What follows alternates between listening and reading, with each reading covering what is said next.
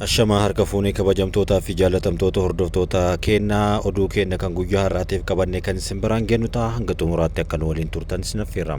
Oduu kenna kan guyyaa har'aatiin kan biyya keessaa fi biyya alaatis qabanneetiin jira. Oduu biyya keessaatii yoo jalqabnu abbaan taayitaa abbaa qabeenyaa komii karaa seeraan alaa maallaqa sassaabaniiru jedhu irratti kan dhihaateen qorannoon akka gaggeeffamaa jiru ibsa godheetii kan inni jiru. Abbaan taayitaa gabaa kaapitaala Itoophiyaa abbaa qabeenyaa Ermiyaas Amalgaa fi dhaabbata Genesis Investment Service jedhamu dabalatee namoota dhuunfaa fi dhaabbilee biroo irratti qorannoo gaggeessaa jiraachuu beeksiseera. Abbaan taayitichaa namoota dhuunfaa fi dhaabbilee kanneen irratti qorannoo eegaluu kan ibse yommuu ta'u, seeraan ala aksiyoona uummataatti gurguruu maallaqa walitti qabaa turan jedhamuudhaan komii dhiyaate irratti hundaa'uudhaan kana kan godhe yommuu ta'u, qorannoon kan gaggeeffamu akkaataa qajeelfama mirga dhaga'amuu jedhu heera mootummaa irratti caqaseen yoo ta'u, mirgoonni fi eegumsi heera mootummaa fi seerotni birootiin kennaman hundi ni kabajama jedhameera.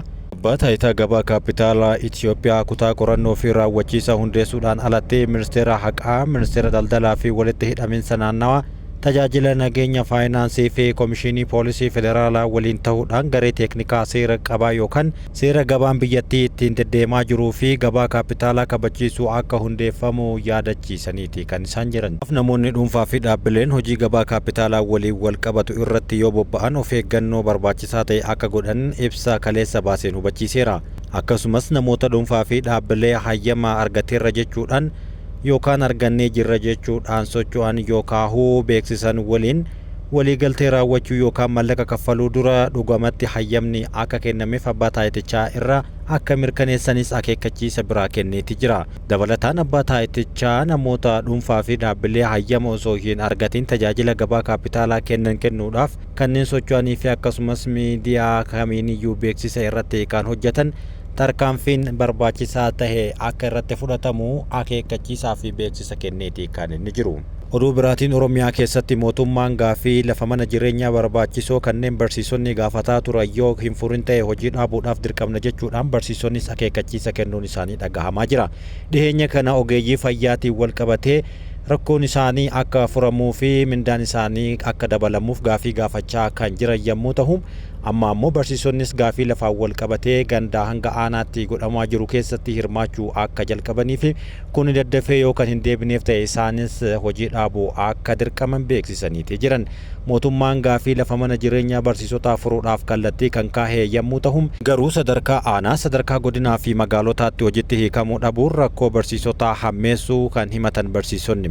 Akkaataa naannoo Oromiyaatti mootummaan naannoo Oromiyaa lafti mana jireenyaa barsiisotaaf akka kennamu xalayaa qaamota dhimmi ilaallatuuf barreessus hanga ammaatti garuu warri gara gadaanu yookaan aanaa, godina akkasumas gandoota isaan irra barsiisanii fi magaalonni hanga ammaatti osoo hojiitti hin seeniin hafuudhaan dubbatamaati kan inni jiru. Oromiyaa keessayyuu tahee naannawa tokko tokkotti mindaan iskeeliin dhiheenya kana sirreeffame hanga ammaatti isaan biraa kan genne warri dubbatanis kan jiru yommuu ta'u, kun ammoo mootummaa naannoo Oromiyaa irraa osoo hin taane aanotaa fi godinoota biratti akka hafe komiin isaanii iyyataati kan isaan jiran.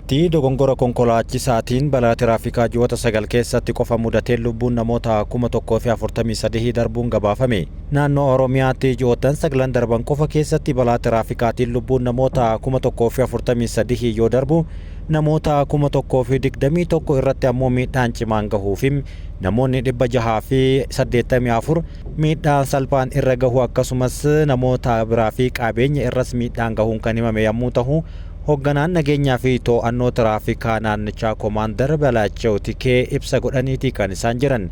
Qorannoon dhiheenya kana Oromiyaa keessatti qoratame akka agarsiisutti balaa tiraafikaa keessaa 81 dogongora konkolaachisaa 7 ammoo dogongora warra lafootiin kan uumamu taheetiin jira. Naannoo Oromiyaatti iddoowwan balaan tiraafikaa baay'inaan mudatan 2100 adda baafamu, mallattooleen garaagaraa kaawwamuu konkolaachiftootaa fi warra lafootiifis barnoonni hubannoo uumuu kennamuufi ammas itti fufee kennamaa jiraachuu eeraniiti kan isaan jiran.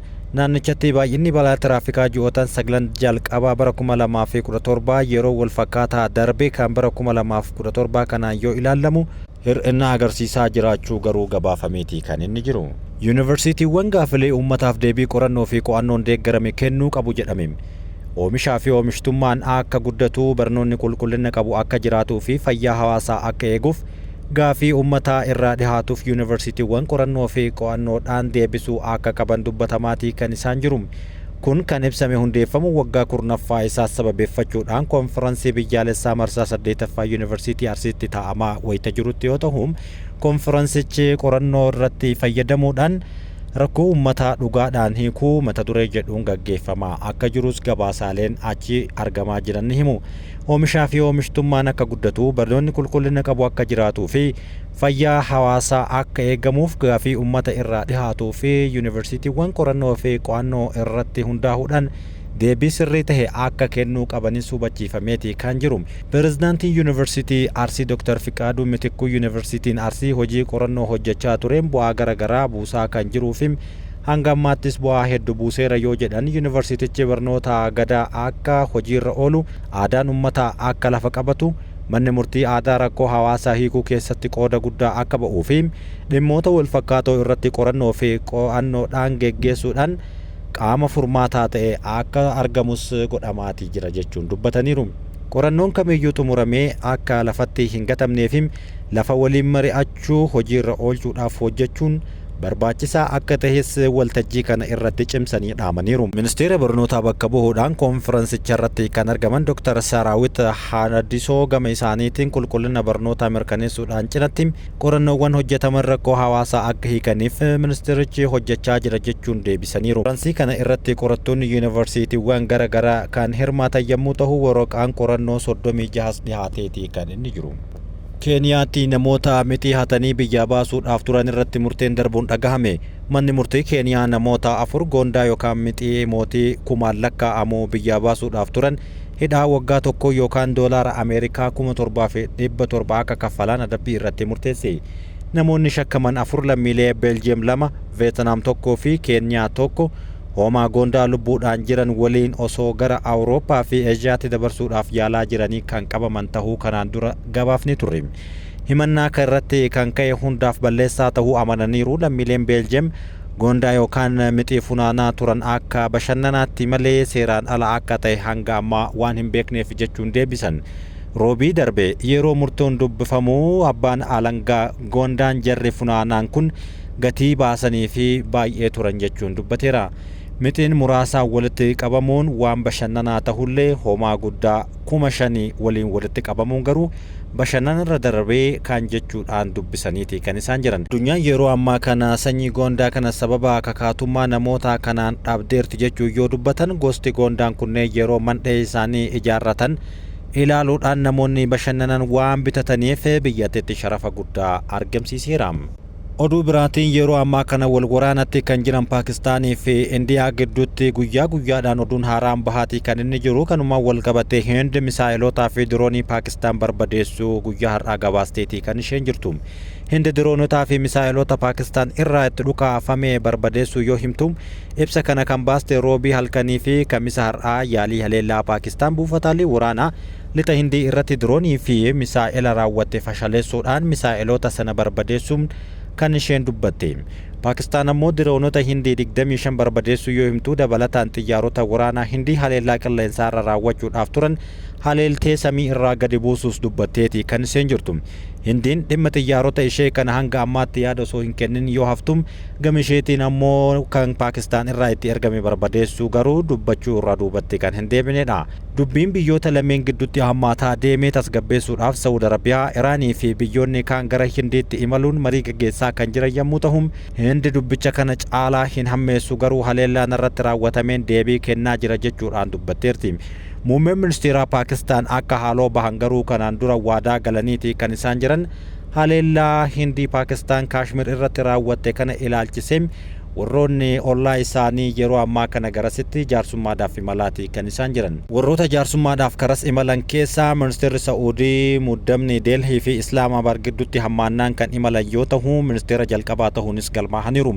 Ministeerri dhimma alaa Saawud Arabiyaa Adel Al-Jubaar muddamni Hindii fi Paakistaan gidduutti haalaan dabalan Deelhiitti marii gochuudhaaf imalan. Islaamabaad fi Deelhiin haleellaa walirratti bananiin quba walitti qabaa kan jiran yommuu ta'u, lamaan isaaniiyyuu tokko isaanii balleessaa akka qabaatan walitti quba qabaa jiru.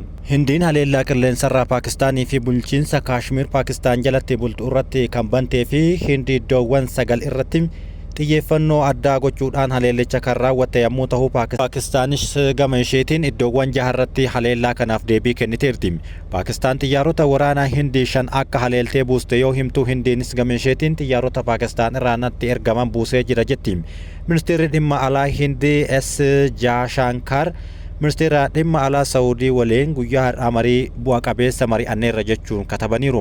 Mariin isaanii shororkeessummaa qolachuu irratti akka xiyyeeffate yoo himan, ministeerri dhimma alaa Iraan Abbaas Araghchis achumatti Hinditti imalanii kan isaan jiranidha. Gareen warri Hindii shororkeessaa jedhuun uummata adda bilisa baasaa Kaashmir keessatti hundeeffame. Kaashmir qofaa isaaniitti bulchuudhaaf warra waggaadhaa waggaatti mormatan yoo ta'u, yeroo ammaa kana biyyoota lixaatii fi Hindiitiin shororkeessaa jechuudhaan farrajamanii akkasitti ilaalamaatii kan isaan jiran.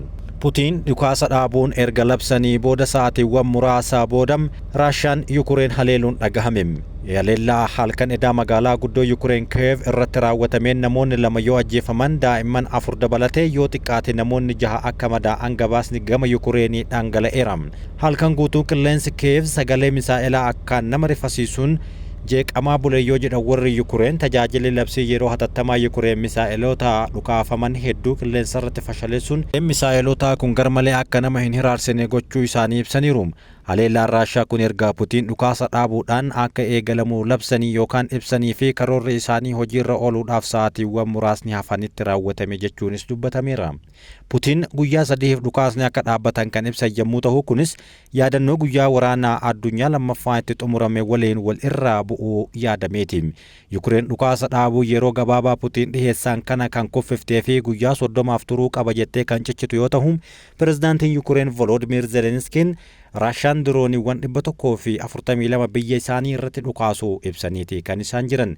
Haleellaa magaalaa Kiev irratti raawwatameen haati daa'ima waliin ajjeefamuu yoo himan warri Volodymyr Zelenskii, haleellaa Raashiyaa kun tajaajiloota yeroo balaa tasaa kanneen magaalota akka Zaaporiiyaa, Donetskii fi kanneen biroo keessatti argaman dabalatee hedduun isaanii manca'uu ibsanii jiran. Haleellaa qilleensaa balaafamaa Raashiyaan raawwatte kana booda Zelenskiin biyyoota addunyaa tarkaanfii jabaa Raashiyaa irratti naa fudhadhaa jechuun gaafataniiru. Daandii dippiloomaasii saaquu kan danda'u dhiibbaa cimaa fi qoqqobbii hedduu Raashiyaa irratti yoo tuulame qofa jechuun kan dubbatu Zelenskiin yeroo garagaraatti Ameerikaa dabalatee biyyoota lixaatti waywaachuudhaan beekama. Moskoon gocha ishee kanaaf garuu itti gaafatamuu qabdi jechuun jala sararaniiti kan isaan jiran. Oduu biraatiin qondaaltonni Ameerikaa fi Chaayinaa fuulaa fuulatti wal arguuf jedhamaati kan jiru. Qondaaltonni Ameerikaa fi Chaayinaa lola daldala biyyoota diinagdee gurguddoo lamaan gidduutti taasifamaa jiru salphisuudhaaf yookaan xiqqeessuudhaaf yaaluun torbee kana marii jalqabuuf jedhamaati jira. Itti aanaa muummee ministeera Chaayinaa He Lifeng marii jimaataa dhufu Siwiizerlaanditti ni eegala jedhamee eeggamu kanarratti akka hirmaatan ministeerri dhimma alaa biyyattii beeksise. Ministeerri maallaqaa Ameerikaa Scott Bessent bakka bu'aa daldala Ameerikaa Jameson Greer marii kana irratti Washington bakka bu'uudhaan kan hirmaatan ta'uu waajjirri isaanii ifa godhee jira. Pirezidaanti Doonaald Tiraamp erga White House'tti deebi'anii as taarifa hanga 145 Chaayinaa irratti kan kaahan yommuu ta'u, Chaayinaanis deebistee 125 irratti keettee jirti. Kanumaan wal waraansi taarifaa gidduu isaaniitti kan hammaateef keessumaa biyyoota 90 ol Doonaald Tiraamp taarifa kana irra kaahee keessaa isa guddaa ta'uun Chaayinaatti galmaaheera. Beejing haaloo bahuun oomishaalee Ameerikaa tokko tokko irratti taarifa hanga 125 kaahuun ishees kan yaadatamudha. Ogeeyyiin daldalaa idil addunyaa akka jedhanitti garuu mariin biyyoota gidduutti taasifamu kun ji'oota hedduu ni fudhata, hangasitti ammoo maaltu ta'uu danda'a jechuudhaan dubbataatii jiran. Haasaan kun erga itti aanaa pirezidaantii Chaayinaa Hang Zheng Doonaald Tiraamp eebba isaaniitiin keessummeessanii asitti qunnamtii sadarkaa ol aanaa isa jalqabaati. Ministeerri maallaqaa Yuunaayitid Isteets Beesent haasawaa sirna diinagdee idil addunyaa haaromsuu fi dantaa biyya isaanii eeguudhaaf taasifamu hawwiidhaan eeggachaa akka jiranis ibsanii jiru. Kabajamtootaa fi jaallatamtoota hordoftoota keenyaa, oduu keenyaa kan guyyaa har'aatiif isiniif qopheessine kan hangammaatti dhaggeeffattanidha. Waan nu dhaggeeffattaniif galatooma.